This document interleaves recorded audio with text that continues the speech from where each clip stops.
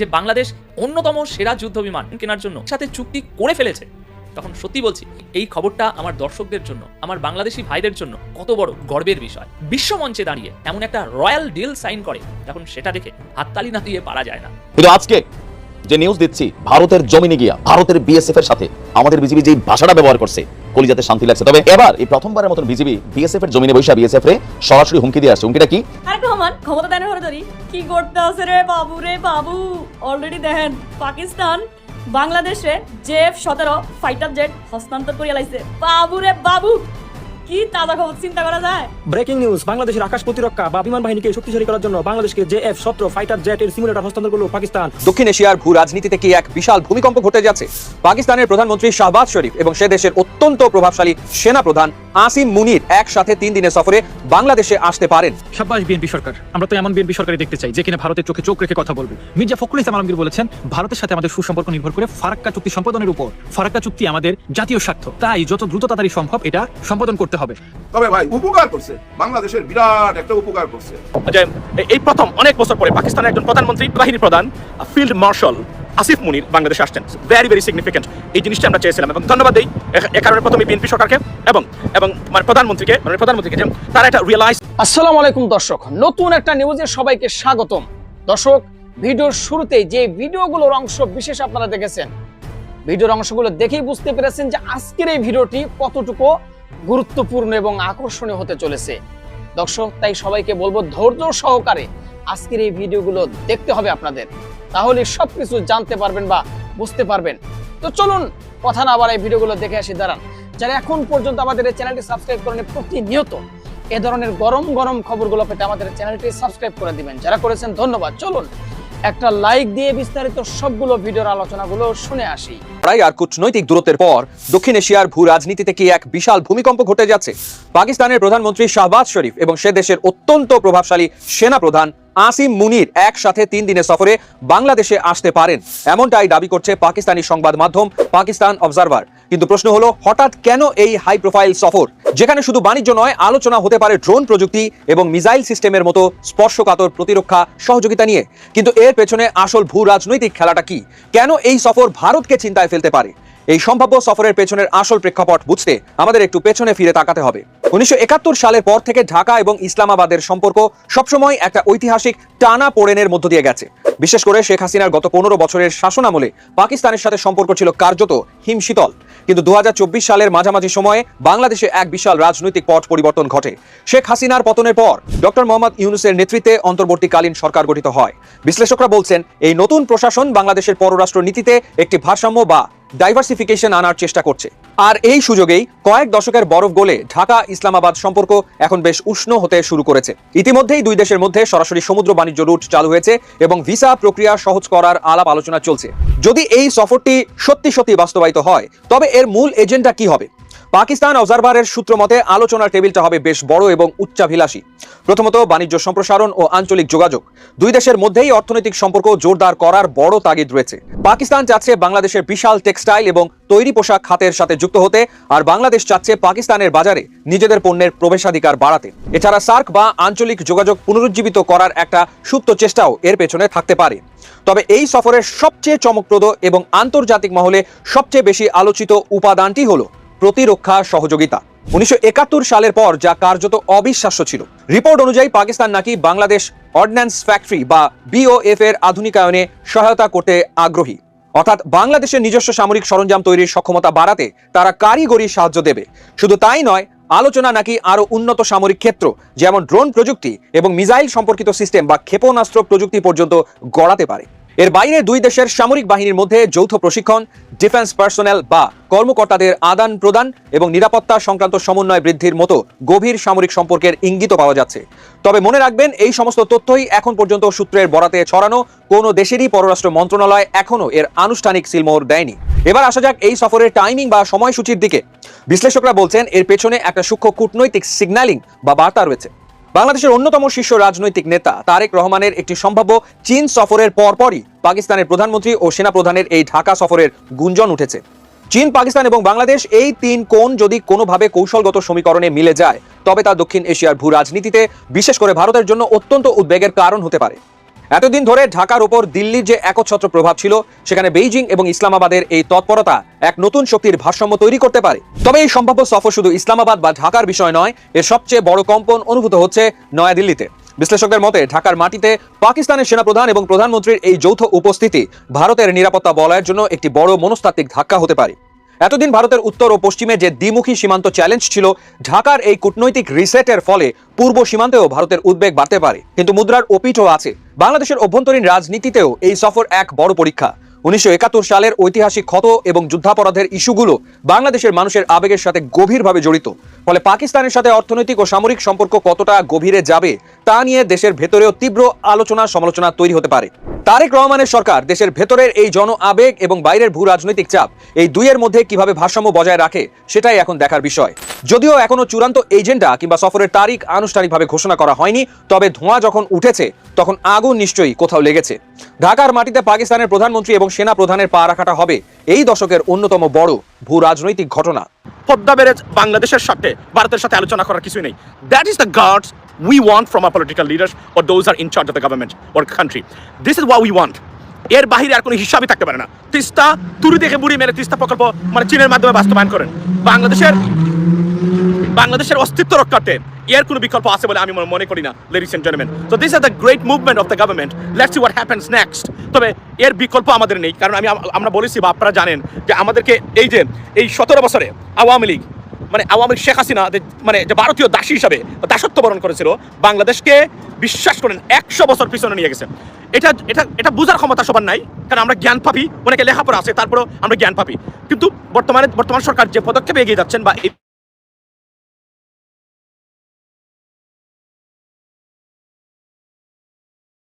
হচ্ছে যে stimulator of J-17 Thunderbolt, যেটা পাকিস্তানের আপনার এই এয়ারক্রাফট, সেটার মানে আপনার এই যে কি বলে এটাকে, এই যে একটু আগে বললাম, বলে গেছি আবারও, আপনার এটার যে এই স্টিমুলেশন যেটা মানে অর্থাৎ মানে পাইলটদের জন্য, সেটা অলরেডি ডিসপ্লেটা বাংলাদেশে এসেছে, তারা নিয়ে এসেছেন।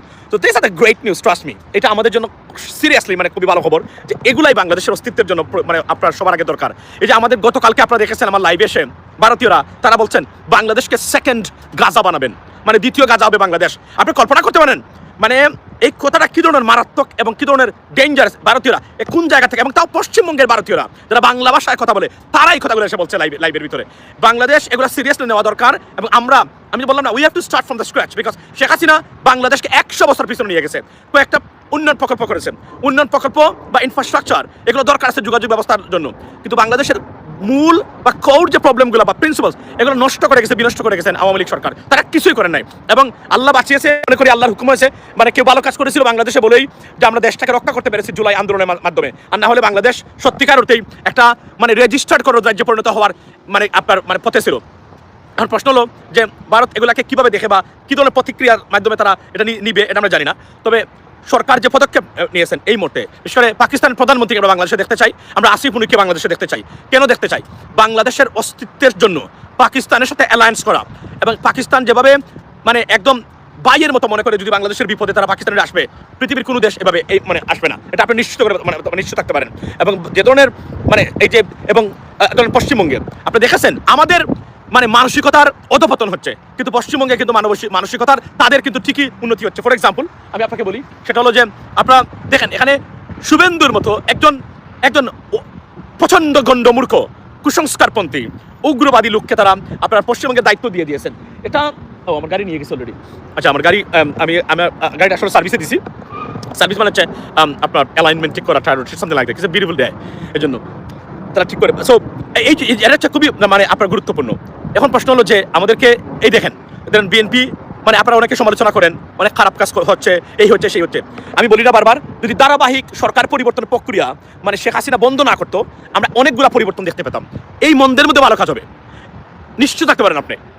এটা বন্ধ করেছিল শেখ হাসিনা 17 বছর। আর ভারত, আমি আবার বলেছি, আমি গতকালকে বলেছি আপনাদেরকে যে আমি মানে একজন জাতীয় নেতা আমার সাথে আলোচনা করতেছিলেন, বলছিলেন ভাই জাতীয় নেতা, আমরা সবাই জাতীয় নেতা, প্রকৃত অর্থে জাতীয় নেতা হতে হলে কি করতে হয়? আমি ওনাকে বলেছিলাম, আমি একটা ভিডিও বানিয়েছি, আমি ওনাকে বলেছিলাম যে আপনাকে প্রকৃত জাতীয় নেতা হতে গেলে যদি আপনি মনে প্রাণে আবার আপনার মস্তিষ্কে সায় দেয় যে বাংলাদেশের সমস্যার সমাধান কোনটা, এটা নির্ধারণ করতে পারেন এবং আপনি বুঝতে পারেন যে বাংলাদেশের প্রত্যেকটা জিনিসের, ইভেন বাংলাদেশের কোনো মানে গড়ে যদি স্বামী স্ত্রীর আপনার কি হয়, ঝগড়া হয়, সেখানে ভারতের হাত আছে কিনা আপনাকে খুঁজতে হবে।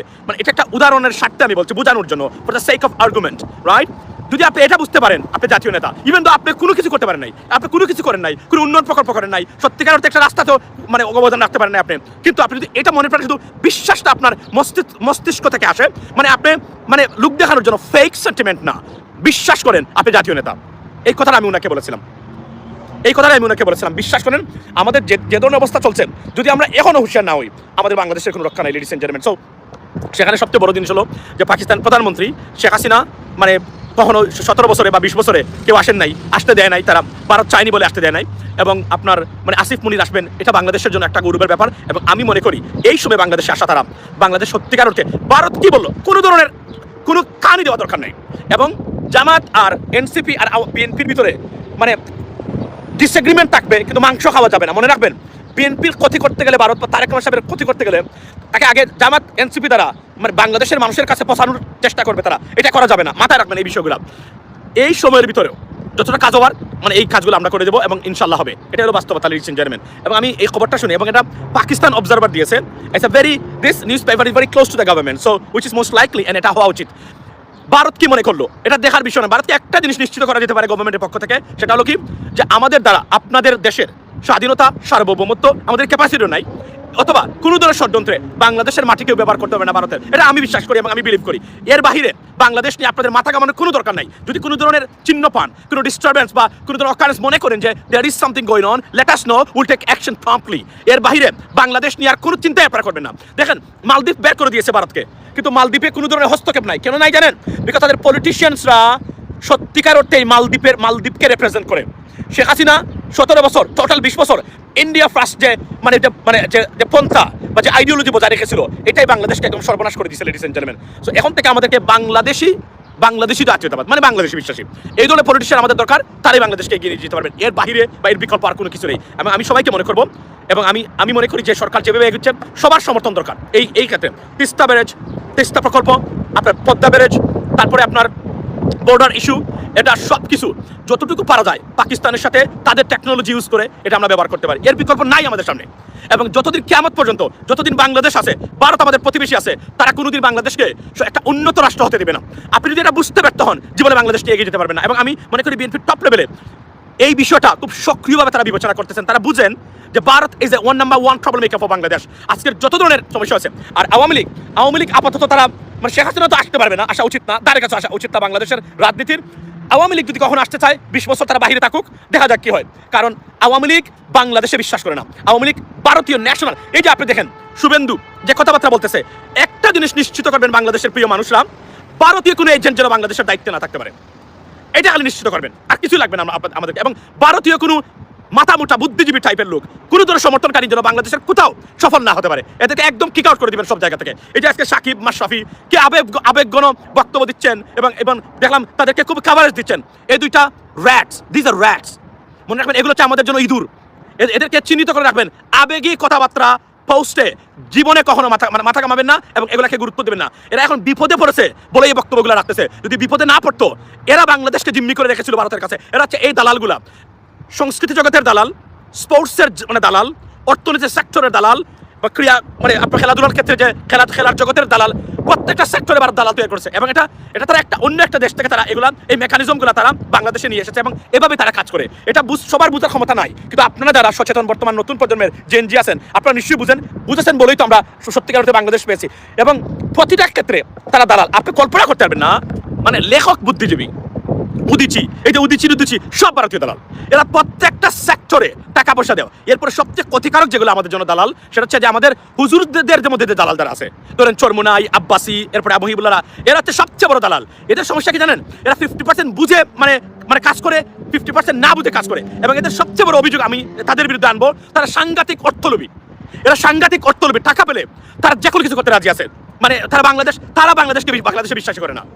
এই যে শুধু আওয়ামী লীগ নয়, এই যে গোষ্ঠীগুলা, এরা বাংলাদেশে বিশ্বাস করে না। এরা বাংলাদেশের আর্থসামাজিক উন্নয়নে এদের কোনো ভূমিকাই নেই, বরং আমাদেরকে পিছনে কেন আমি এদের উপর ক্ষুব্ধ আমি আপনাদেরকে বলি। আমরা কিন্তু বারবার বলেছিলাম বিগত এত বছরে, আমরা একটা জিনিস আপনারা বলেন হুজুররা ঐক্যবদ্ধ হয়ে কি, সেটা শুধু এইটা বলবেন যে আপনারা যে যাই করেন মানুষের ভোটে নির্বাচিত হয়ে আসতে হবে। এটা যদি জামাতও আসে not a problem, Awami League আসে নট এ প্রবলেম, বিএনপি আসে not a problem, who ever not a problem. এই কথাটা বিগত 20 বছর কেন কোনোদিন তাদের দিয়ে বলাতে পারবেন না। তারা সবার আগে দেখে কে তাদের মাদ্রাসাতে ডোনেশন করবে। নরেন্দ্র মোদীও যদি ডোনেশন করে তারা তাদের স্ত্রীকে দিয়ে দিবে। এই হুজুরদের কথা বলছি আমি গ্যারান্টি দিয়ে বলছি, দায়িত্ব নিয়ে বলছি, আমি এদের উপর বিন্দু মাত্র আমার কোনো আস্থা নেই। এরা এতটা বিবেকহীন এবং দেশ বিরোধী। এদেরকে দেখা যায় না লেবাসদারি খুবই ভালো মানুষ, দে আর নট। তারা বিশ্বাস করেন, আমি তো মনে করি তার কমিউনিস্ট পার্টির কিছু নেতার চেয়ে তারা খারাপ। এদেরকে খুব হিসাব করে নিতে হবে। এরা ভারতীয় হাইকমিশন রয়ের টাকা খায়, জানেও না কিভাবে খাচ্ছে। এদের এই জ্ঞানও নাই। এদের আচার ব্যবহার দেখেন না, 2 দিন পরে টাকা দেয় ভারত মানে আমেরিকার বিরুদ্ধে কথা বলার জন্য। আবার ভারত এই ভিডিও ক্লিপ এডিট করে রেখে দিয়ে ওইটা আবার স্টেট ডিপার্টমেন্টে পেন্টাগনে পাঠায়। বাংলাদেশে মার্কিন বিরোধী বা আমেরিকা বিরোধী, পশ্চিমা বিরোধী, খ্রিস্টান বিরোধী সরকার এবং উগ্রবাদের উত্থান ঘটেছে এখানে আমাদেরকে, এবং যা হিন্দু বিরোধী উঠেছে এবং এটা আমাদের জন্য ক্ষতিকারক। এই কাজগুলো কন্টিনিউ ভারত করে যায়। বুঝার ক্ষমতা নাই 90% রাজনীতিবিদদের। এই ষড়যন্ত্র এগুলো যতদিন মোকাবেলা করতে বা বুঝতে আপনি সক্ষম হবে না, বাংলাদেশের মুক্তি ততদিন পর্যন্ত আপনি নিশ্চিত করতে পারবেন না। আমি লিখে দিতে পারি আপনাদেরকে, লেডিস এন্ড জেন্টলম্যান, আমি এটা বুঝি, আমি রিসার্চ করি তাদের উপরে।